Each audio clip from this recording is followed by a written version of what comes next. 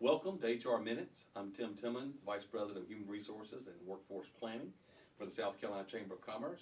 Today we have Mr. Mike Brittingham with us. Mike, glad to have you with us. Good morning. Glad to be here. Good. Mike's an attorney with Nexsen Pruet and works with us all the time on different benefit issues and benefit questions and tax questions from time to time. And I'm sure everybody knows when you talk about employee benefits, you talk about taxes because that's where a lot of it comes through the tax code. So what I want to do today, Mike, was just talk to you a little bit about, in particular, the Affordable Care Act and what it means to employers, what it doesn't mean to employers.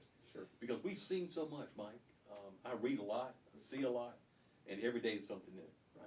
Let's start off, though, since this is the last week in September, let's start off with what happens October 1st. I've heard so much about the October 1 deadline and what employers have to do. So can you tell us a little bit about that? Yeah, well, October 1st is the start of the marketplace. When the law was passed, it referred to exchanges, which is basically an electronic marketplace where individuals can go and price and obtain medical coverage. So the marketplace would be much like going online and doing a search in a catalog for buying any type of item, but in this instance it would be buying medical insurance. So an exchange is all internet related, internet based, is that what it is? All right, I think there'll be ways that individuals could get to the marketplace if they didn't have ready access to the internet, but generally that's the concept. It's approved carriers being on an exchange or a marketplace, and generally those marketplaces are established state by state. And if I remember right, South Carolina is not going to establish a state exchange, it's going to only be the federal exchange. That's correct. In the law, if the state decided not to establish a state exchange, the federal government then would step in and have a federally established exchange for a state. Now, does that mean, Mike, specifically that the federal government comes in and works with South Carolina carriers to develop an exchange or administer an exchange? I'm not sure I know exactly whether the South Carolina insurance, such as the Blue Cross Blue Shield, I think they're one of the ones that are going to operate an exchange. Is that an administrative function for the federal government, or is that actually a program? And as I understand it, it is the federal administration is administering the exchange, but then there will be state-approved carriers that are approved to issue individual policies in the state of South Carolina will be approved carriers here. And there are like 3 or 4 of those, I think. As I understand it, there are 4 separate carriers, 2 of which are Blue Cross based carriers, and then there are 2 other approved insurers. And so the person, ideally, I don't want to say the employee, but the person in South Carolina will go online and pick one of those 4 to provide them the coverage they need through the exchange. That's correct, okay. Yes. Now, 2 things I want to ask you next. October 1, let's go back to that date for a second, because I've heard there's something employers have got to do this week.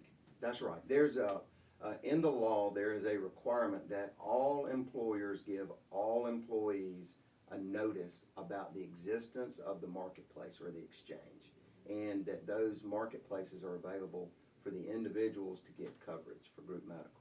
Now, at one point in time, there was a penalty if you didn't as an employer. Is that still the case, or has that changed? Well, one of the things that was a tad uncertain that as you read the law, most folks concluded that there was a penalty provision, but recently, about 2 weeks ago, there was an announcement that the Department of Labor would not be enforcing any type of penalty provisions with respect to the notice. So what does that tell an employer who hasn't done it? You don't need to do it, you should do it, it doesn't matter? Honestly, I do believe it would be a very, very good thing for the employers to recognize that there is a legal requirement to provide a notice, to give a notice. There's a model notice, and so it really is not a big administrative burden to pull off the DOL's website, Department of Labor, model notices about the exchanges and about employer-based coverage, and provide the notice. Now, Mike, I've done that, by the way, right. On ours. I haven't sent the letter out to our employees yet, right. But I did go and look at the DOL site, and I might lose some viewers because of this, but I didn't think it was that difficult. I looked at it, I filled in a few pieces of information, grabbed the right one, And it really wasn't that complicated. That's right, and so that's why I really do think it's good. It's one of those things you can check off the list, and the notice is you're providing it to, again, I said, all employers, to all employees, regardless of whether you as an employer have a group medical plan that you offer. Their notices, the model notices are set up for employers who do provide coverage and those that don't.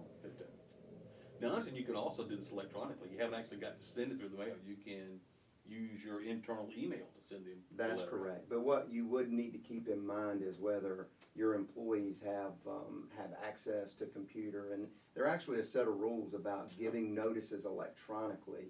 And the gist of those rules would be that either employees have, you know that they have access to computer or a work issued email, or that they've consented to receiving electronic notices at an email address different. And for small businesses, if I understand it right, again, Mike, correct me if I'm wrong, you can actually go online, fill out the form or the letter, and print it off. If you've only got 10 or 15 employees and they're in one location, you can actually put it on their desk. Absolutely. And that would take care of it. That's right. You would just want to keep a record that you provided it. And then again, let's not forget, you might have new employees after October 1st. You would need to give them a notice as well. So it's an ongoing thing. That's correct. Okay.